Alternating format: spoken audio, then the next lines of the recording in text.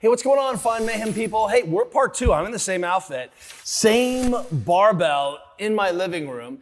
I want to show you something this week, and we're going to even up the ante a little bit. Notice I have a wheel over here. I've got a 20-kilo plate behind me, and I want to show you some ways to address the soft tissues of your trunk without you even having to be on your stomach, without being on your back and improving how your obliques are functioning and your abdominals are functioning and how this whole fascial system is working.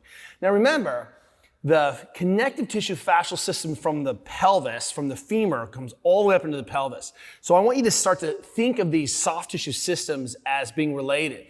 That the rotation I create in the fascial system tensioning from the femur up also makes my pelvis more stable, which makes my lumbar more stable, et cetera, et cetera. So one of the things that we can see is by improving this lower fascial abdomen sort of movement, we can actually see improvements in how much pressure I can create and how the whole system operates. So check this out. This is not for the faint of heart. And if you need to use a child's barbell, Rich, you know who I'm talking about. Don't be afraid to do that. So check this out. This is not in the physical therapy textbooks. And you have to be sort of a CrossFit sadist to be into this.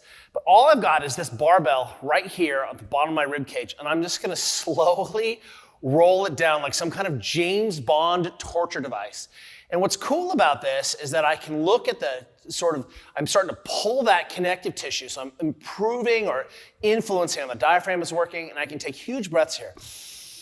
Trying to breathe the roller ball, whatever this thing is, barbell out, and then exhaling to the very bottom of the ventilation volume. So I'm going all the way out, because I want to see how those tissues respond without air supporting them. And then I can start to add in a little bit of motion side to side. I can change the barbell. I can sort of modulate by bringing one side up and putting the other side on the ground so I don't have to take the full impact of this thing. But what's cool is now we have a great way to address what's going on with the rectus abdominis. The back is safe here. You're not going to get cut in half. You're not going to rupture your kidneys. But I can start to also get into some of these obliques in really novel ways.